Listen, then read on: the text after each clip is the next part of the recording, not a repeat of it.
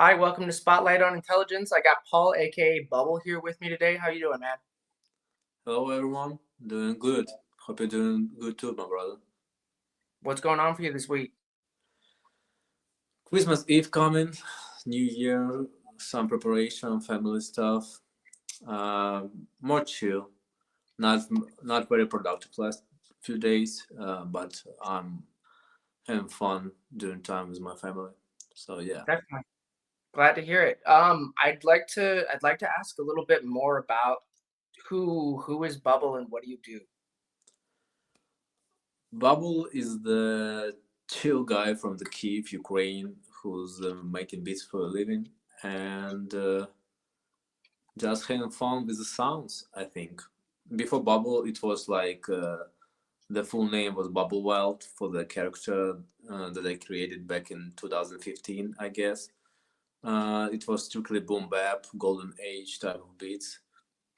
So yeah, and then I transferred to just Bubble when I discovered for myself that I'm tired of hard knocking drums and dark atmosphere around the beat. So I just started making more chill tunes and provides positive, I think, in the way of the music, in the way of production. I like it. So there's a transition of like a darker energy to a lighter one. It almost seems Yes, like a period of growth in the music. I want to ask, you said Bubble World for the spirit of boom bap. What inspired the conception of the original Bubble World character? Bubble Wild, Bubble Bubble Wild. Wild. Yeah, Bubble Wild. I think when my journey started in 2007 as a dancer, as the b-boy, I discovered to myself hip hop culture through the breakdancing, to the breaking. So the main music that we've been listening back in the days was the 90s hip hop and the funk music. And they both of these genres it's like combines and have roots in each other.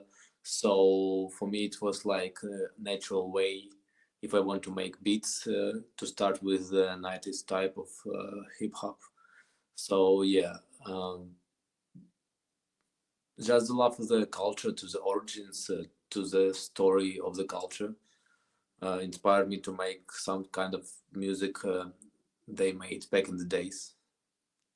Nice. I'd love to see the roots in old school hip hop. I think I've mentioned it before, but I get a lot of lo-fi hip hop producers who are just like day one lo-fi beats. So it's interesting to see someone come from that world. Tell me about it. What was the b-boy life back in the day? Yeah, that was the real hip hop back in the day. I think it's more true to the culture than nowadays. Unfortunately, is from my side of view. But there was a lot of jams, a lot of travels, and you can go to different city or country to the jam, to some battle, and you always have the after parties, the parties where everyone not just having good conversations, but also dancing in the ciphers and learn something from each other, not just drinking and party. So this was like the culture exchange back in the days for me, and the most influential, I think, because thanks to this after party, I saw for the first time Clean Beats, that's a producer from Kiev who been made like live show to one of the after parties on his MPC 1000, and I fall in love with the production, with the beats, with the beat culture, and like a natural way from the breaking to the music. I like it. and Go- and yeah, as you said, it's more different than the nowadays lo-fi hip-hop producers, because I can consider myself as a lo-fi hip-hop producer. I'm just like a hip-hop producer or hip-hop lover, some vibes provider, something like that. uh, Unfortunately, nowadays lo-fi hip-hop producers don't care about the story, about the origins, about the beat culture and hip-hop culture in general, and that's not right from my side. And I'm always trying to message to everyone who's speaking with me about the power of knowledge, and we should uh, dig in more deep in what we're doing to be better and to save the tradition and the original way of the culture of the beat of the hip hop in general.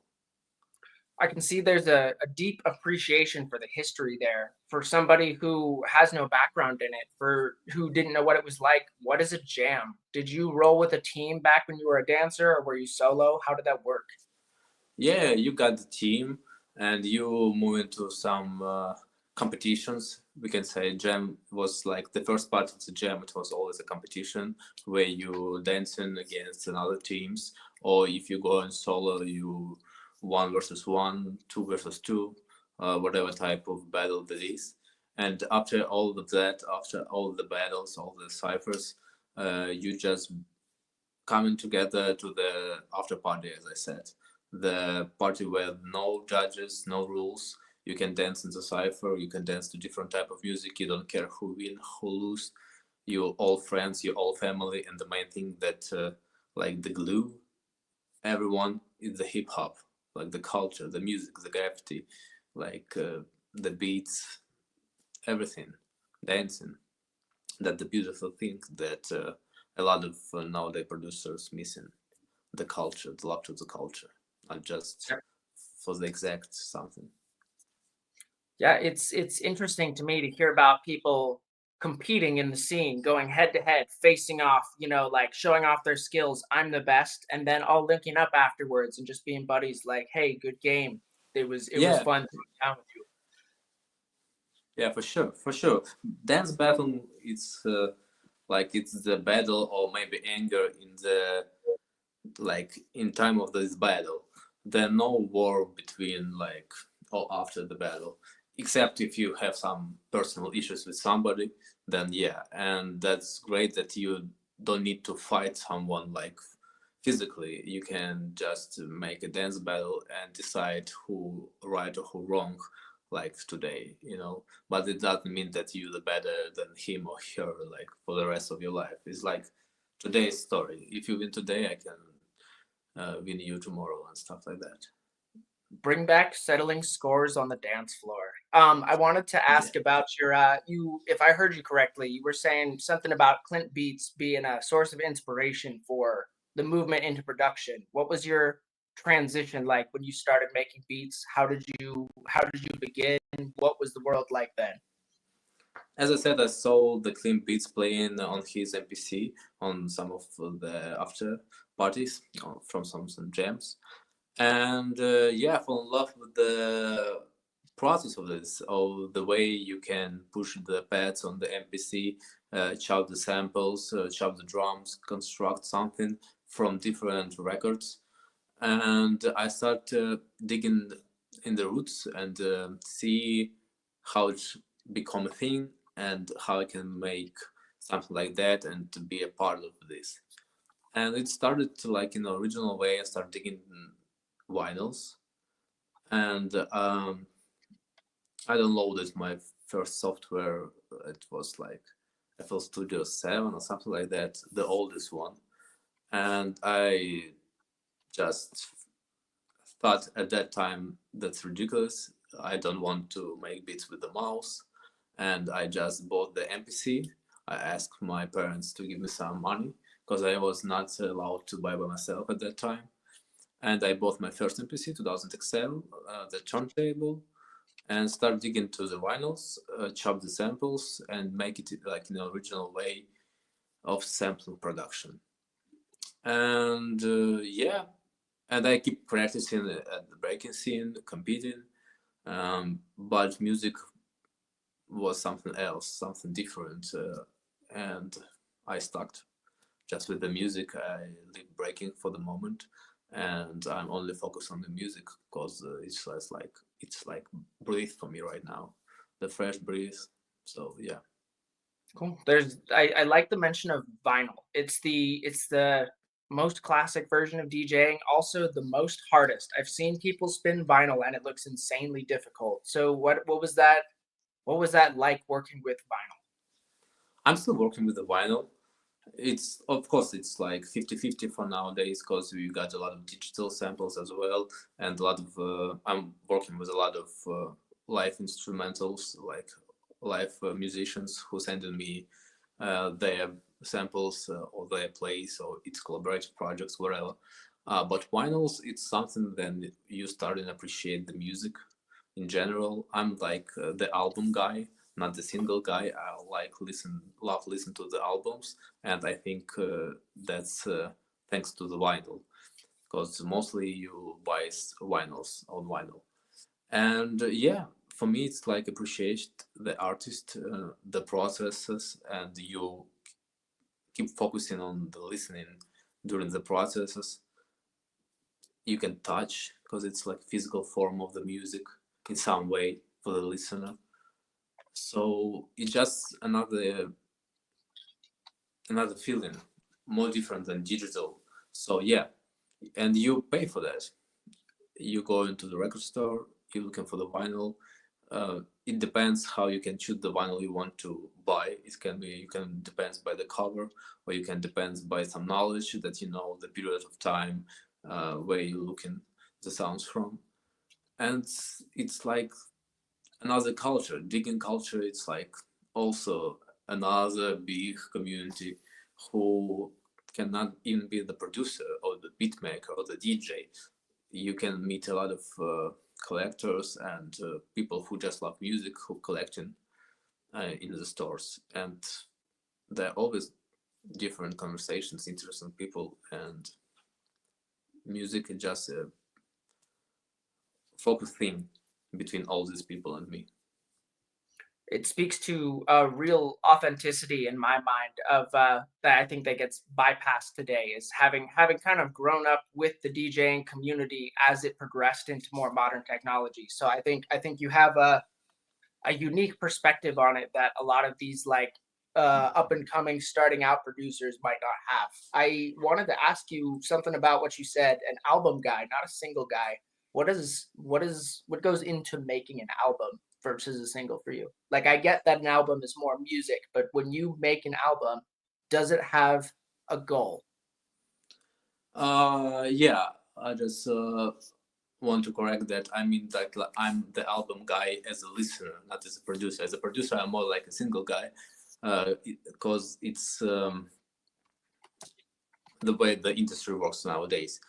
Uh, but I'm still dreaming about making the debut album, and I appreciate the way the artist making the albums, because it's the story you need to tell to the people, and you can just make a bunch of beats and make or call the beat tape as the album. It's a different thing. It's need to be meaningful, and it's need to have something in it, something that people want to get back to it. Singles, it's more like fast food music nowadays, and everyone making some type of fast food music, because you listen, you go to the next one, you go to the next one. It's rarely when you go back to some singles from lo-fi producers, to be honest, because it's placed on the playlists and you're cool with that. But album, it's something different, and I'm coming to the journey. I just waiting to be ready mentally for that, and know what story I want to tell to the people. Most definitely. I like the description fast food music. I've never heard that before, but I feel like it's very applicable. And I'm a big fan of the storytelling in albums. Like I find myself coming back to full albums as a more memorable experience. Singles tend to they're in one ear and out the other. Yeah, yeah. But fast food music is not bad. Like it's tasty, it's good, and it need to be in the way it is. So I'm totally perfect with that. I don't want to make it on the bad way. So sorry if I get something in trouble. Definitely. There's a time and a place for both, and I can respect that. When Yes. you started out, what was the internet scene like? What platforms did you use to get the music out? What do you compared to what you rely on today? When I started interested in all of this, the main platform was the SoundCloud.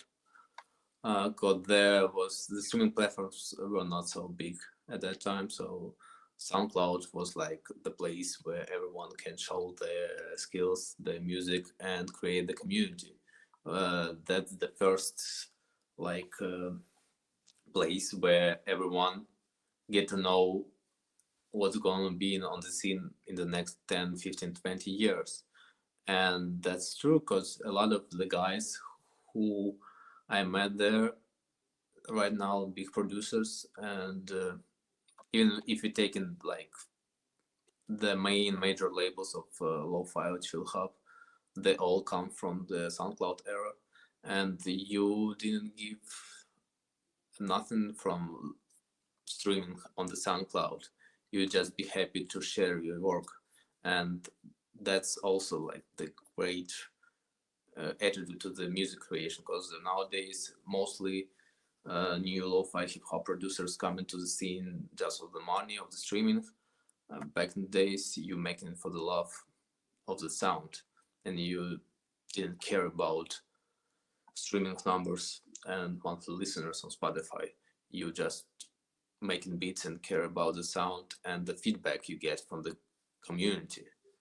So yeah, that was the appreciation for the beat culture, and I'm happy that mostly of the producers from that time right now successful producers who make beats for living, and I'm one of them, and I'm happy for that and appreciate that time as well. So yeah, SoundCloud was the main platform for us. I love it. I am sad that I missed that era. I really so I'm a Spotify playlister, right? I work for Lazy Pug and I process a lot of music, and you I get some gems, right? I get to hear some really good music, but I hear a lot of music that sounds like it was mass produced. Like this was made for an algorithm to crank Spotify streams, and it just lacks like a soul in a way that's hard to distinguish when you don't have older music that was made for the love to compare it to. Yes, yes, definitely. You talked about getting started on beat making in an old version of FL Studio with an NPC and APC. So, what do you use to make your beats now? How much has changed since then? Right now I'm using mostly digitals, FL Studio. Um, sometimes I want to play with the samples from vinyls, so I use my SP404. That's their own, but mostly I use it for the lives or some effects, because they got a lot of different things for the lo-fi, and just like the texture the machine gives to the sound, it's incredible. It's nothing compared with the digital VSTs and stuff. So analog always win, no matter what. But FL Studio for me right now it's more faster to make idea live, and then I can back to it without any problems. So yeah, FL Studio around vinyl, and a lot of different stuff I've been using depends on the project. It can be keys and stuff around guitars. Everything that I had on my hands, I trying to use. But I'm not a musician. I can't play piano like on the high skill. I can play guitar on the high skill. But I know the sound I want and I can take it. Or I can find the sample I want to that sound. Because I'm pretty sure that sample beats, like sample based beats, for me is like natural way of creating the music. So I'm using samples a lot. I like it. It really breaks the mold that you have to have this history or background education or something in music. I think that like anybody with an idea and some inspiration can make a track, and I'd like to see that put into effect. So really just knocking these things out then with FL Studio, SP404, and it sounds like hard copy instruments and samples. Do I have you right? Keeping it simple? Yes, man. Keep it simple. Just the main rule: if it sounds good, no matter what you want. Like it's not about the machine; it's about the man behind the machine. So Can you describe your process a little bit when you get an idea in your head for a beat and you crack open FL Studio to start working on it? What does that flow state look like for you? first thing first is the drums. Drums for me is the main part, because I fall in love with this music through the drums, through the funk as well, through the groove the funk does, like James Brown and stuff. for me was the basic of the drum grooves and for the rhythm in my head. So whatever idea I got, and I go to the software, drums is the first thing first. It can be a loop, it can be created by one shots, it can be the break from the some record, whatever. I'm looking for the groove. After the groove, I think I'm going to the melodies, chords, and different type of melody. It can be bass, it can be synths, it can be whatever. Depends on the idea. But the drums, yeah, that's the heart of the beat for me. So my level of the drums always the higher if we're looking through the mix. So for me, it's like the main part in the most important. It's the most important. So yeah, I'm working on drums mostly, and after that, different things come true and the magic happens. The magic happens. Yeah, I think the emphasis on drums emphasizes the danceability, right? It's like the drums and the groove is the thing that has you bobbing your head. And I don't want to say the rest is unimportant, but I think people get too hung up on the small details. And I'm like, is your backbone good? Is it something people can like vibe to? If it sounds good for me, that's I'm cool with that. I'm ready to go. If I'm having fun making the beat, it's ready to go. Like I'm never think about how I want to make people move or how I want to make people feel about something about my music, about my sound or whatever. So if I'm feeling good at the moment making this thing and it goes out and everyone love or everyone hate, I don't care because I was having fun and I'm making music for myself first and first. And after that, I'm just grateful that someone enjoyed this too. That's pretty simple. Definitely. I wanted to know what your turnaround time is. Like from start to finish, how long does it typically take you to make a beat? And how do you know when it's done? Oh, that's the hardest part, I think, to everyone, to for every producer to know when it's done. It's impossible. It's never done. You're always coming back to that. So sometimes you just need to save the project, export it, and make it to the world. Because it depends. Sometimes I can make a beat like for a week, but when you looking at the process of that beat, you understand that you can make it like for 3 hours. But I stretch the whole process for the week or for the few weeks because I'm just enjoying the process and I don't want that to end with the same beat. So usually I'm trying to make 2 beats a week.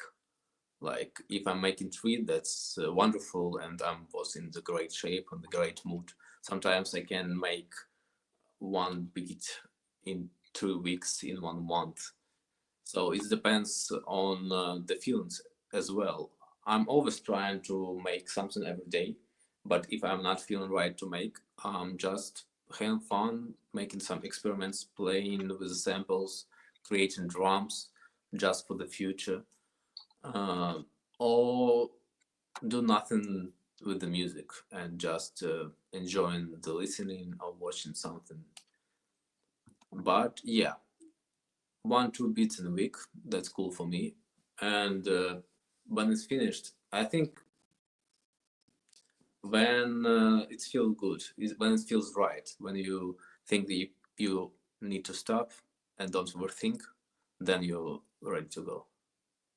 Nice. I really like the emphasis on just committing when it feels good because I think you can beat a song to death working on the fine tuning, all the stuff that nobody who's a casual music listener is even going to pick up on, and just like be bashing your head against a wall in frustration. There comes a point where you kind of just have to make your peace with it and move on to the next one. Um, Yes, yes, yes, absolutely. Because sometimes you always gonna be better. Every next day you're gonna be better, and you will learn new things. And it's impossible to make like the perfect tune. You always will know something new that you like might add to the previous one, but it's like will be impossible to finish the project. So you need to stop at the right day at the right time and just fix the feeling that you had today and go to the next one. What kind of things are you working on nowadays? What's in the pipeline? What occupies most of your producing time? For the last few months, I've been working a lot with the collaborative projects from different producers. Sometimes I'm making mixing and mastering sessions for the producers' projects as well. Uh, and for today, I'm almost done with everything that I had in my head and the plan and the schedule. I'm almost done with the remix project. I've been cooking for like maybe last year. It's just some random beats that never gonna be released on the streaming platforms. It's gonna be only on Bandcamp, where I place with the samples, so different drums, different unique grooves that's not usual for the listeners, and different acapellas from different songs from different artists from all over the world. Just have fun projects for me. So I'm just trying to balance between music that need to be streaming and like a job music for me, and having fun music. And right now I'm on having fun side because sometimes you get lost in the process of business of the music, like, and you need to have fun as well. I like the distinction between job music and fun music. What amount of time, what do you think if you had to split your time up in percents, like 50-50? How much do you spend on work music versus just for you, for your pure enjoyment? 10% of the work music, I think, because 90% you still having fun, even if it's like some commercial deals. You need to have fun in different types, but sometimes you can have fun and with understandings what do you need to finish, what do you need to reach, and what your goal is. And sometimes when you make it fun music, you don't just don't care about the result. You don't care when it's gonna be finished. You just play. You just It's like a jam session for yourself as a producer. So yeah, I think 90% of it's enjoyment, 10% when you really making something that need to be finished as a some robots and stuff.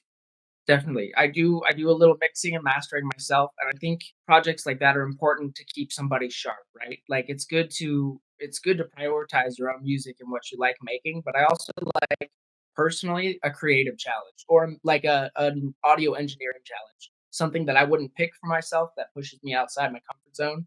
Do you find yourself taking on a lot of those? Oh yeah, man, absolutely. I'm loving to be out of the comfort zone. It's no There no progress without that. You always need to find a challenge to yourself, because either way you're gonna be stuck, and that's not interesting. What's the goal for that? If you're not trying to be higher, if you're not trying to make something different from your usual. So yeah, if I got the projects that's not like my style or not something that I'm used to, I'm down to try. And if it works good, I'm down. If it's not worked well, at least I'm tried.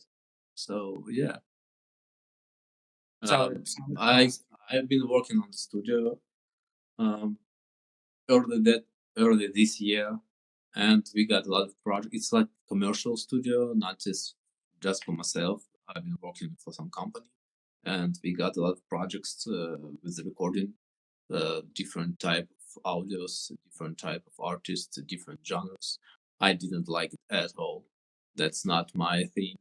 I got it, but I tried, and it was fun, and was great experience. I know how to use this experience.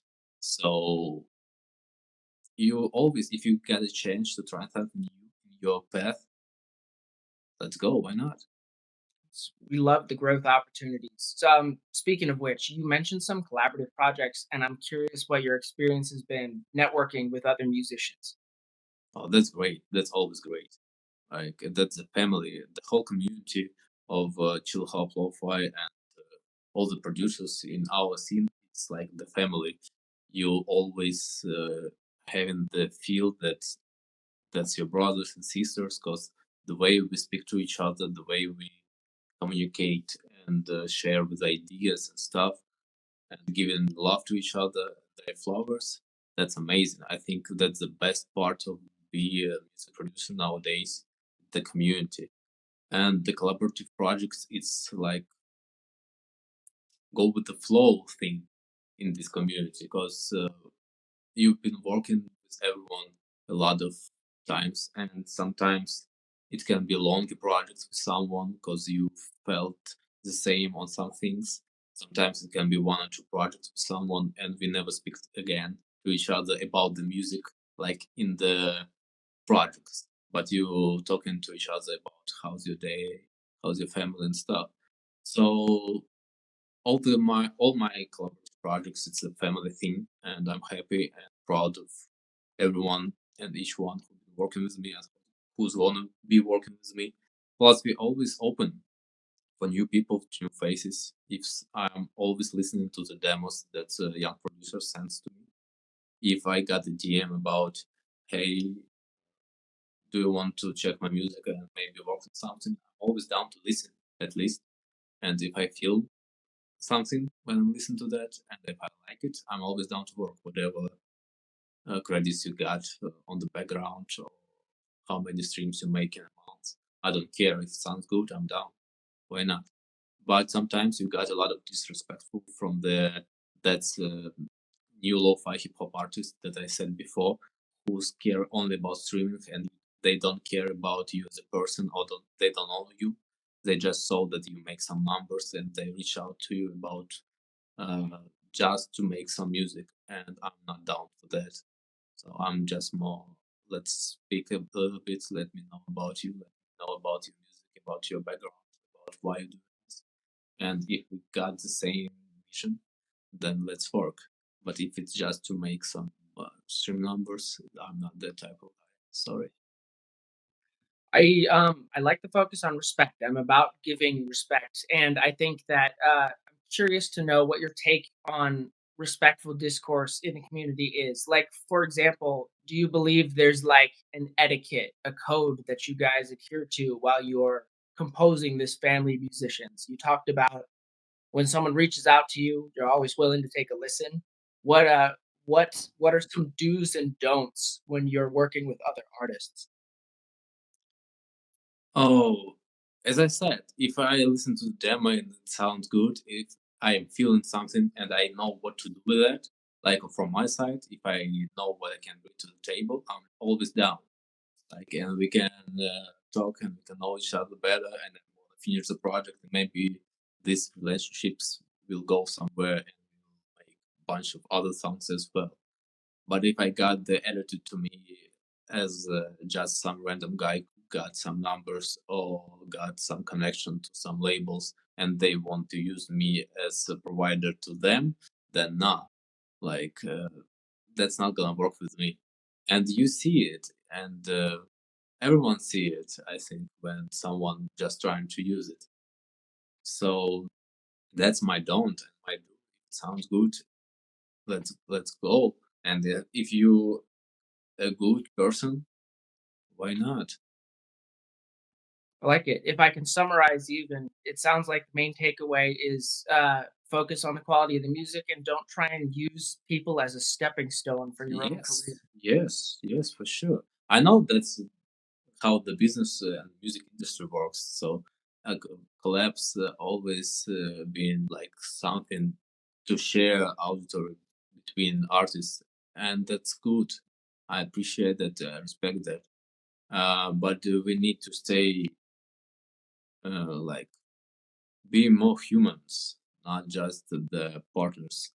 So maybe I will change my mind later when I will be more grown. I don't know, but right now I'm cool with everything I have and all the relationships. Like as I said, that's family. That's my brothers and sisters. And first thing is the music, then everything else. I think be more human is some guidance we can all benefit from. If you don't mind me redirecting right here, I wanted to ask you what your experience has been like working with labels. Mm, mostly that's great opportunity to the artist to get paid and get recognized and just to be playlisted and stuff. So the labels I've been working with and still working with is the best labels I think on the scene. For me personally, I have not the big list, not the big list of the names of the labels. There are only a few, but I work with them constantly and trying to keep working and develop new music and new highs with them. So I'm trying to appreciate the labels as much as I appreciate the whole community, also the family. So I'm trying to do my best, and I guess and I hope they trying to do their best too. But sometimes you got to work with the labels who don't care about the artists, who trying to make some money on you in not a good way. Sometimes they don't just respect your vision, and I'm not sure why we are working there. But sometimes shit happens, and it's normal. You just need to be careful and read the contracts really good because sometimes you can get some troubles if you're a young artist to make sure to read everything you sign. Definitely. You actually answered my next question, which was going to be counsel for working with labels, but it sounds like paying attention to the agreement is the highest priority there. Yes, yes, you don't need to cancel the labels because if you fall in something, that's most of the time it's your fault because you not be uh, patient on like you not be like, really care about what you sign. So yeah, uh, I'm agreed that there are a lot of plenty of bad labels. A lot of if I'm taking talking about lo-fi scene, chill hop scene, there are a lot of fake labels. There are a lot of labels who use AI for generating the songs and make streams numbers. Um, yes, there are a lot of bad things happen, but also there are a few good labels who looking for the artist always, and you can be one of them, and they can show you to everyone. So just be careful about numbers you see, about words you hear from different people. Try if it's work for you, that's great. It's not work. If it's not work for you, just leave it and try to release independently, which is great too. Because when you work independently, you don't need to share first of all, and it's all on you. So working independently, that's the dream, I guess, for everyone. This has been some really solid insight and feedback. I want to start bringing things to a close here, and I just wanted to ask, like, if you had any advice that you could give to other musicians starting out, what would you tell them, or what things do you wish you knew then that you know now? And don't be afraid to ask. Like, don't be afraid to ask someone advice. If you're trying to learn something or you want to know about something about working with some label or how to make that kick harder and stuff like that, whatever. Don't be afraid to just ask, like send a DM. The like what can be the worst thing that can happen? Someone will ignore you. That's it. But I never asked nobody, and I'm regret about that. I've been on my own almost like since the beginning for the 6 or 7 years. I've been going solo, learning from my side, like YouTube, Google, whatever. But I got a lot of community, and I just can ask. But I didn't do this because I thought, why? What they will be thinking about me? That's wrong. Don't do that. If you need something, if you're interested in something, and you need the answer, and you can find it on the Google, ask someone. That's the best advice. Don't be scared about to ask. Swallow your pride, ask for help. I like it. I wanted to ask if there's any announcements you had, anything you wanted to plug. Where can people find you? The main platform where you can find me and talk to me, the Instagram, it's the Bubble Wolf. And yeah, just send me a DM if you want to talk. And Spotify, Apple Music, all the links in the bio of my Instagram page, because I got this symbol of you on my name, Bubble. You can type it by your phone or by your keyboard. So it's a little bit harder to find me on music platforms. That's my bad, I know. uh, that is what it is. So yeah, Instagram is the main. And the announcements, not much. A lot of new music coming next year. A lot of collabs, like a lot of collaborative projects, singles. Maybe I will drop some EPs or maybe even an album. I don't know yet. But right now, that's coming independently. That's the project I said before on the Bandcamp with the remixes. I don't know when it comes yet, but I hope in the beginning of the next year. So yeah, I'm gonna be promoting it on my Instagram. So subscribe, check it out. Sounds like big things coming soon. Thank you so much, Paul, for a great interview. I really appreciate your time and you letting me pick my brain. I'm gonna let you go and enjoy your holidays, okay, man? Yeah, Merry Christmas to everyone. Thank you for having me. Right, That's always love. right back at you, Chief. Thanks and take it easy. Peace.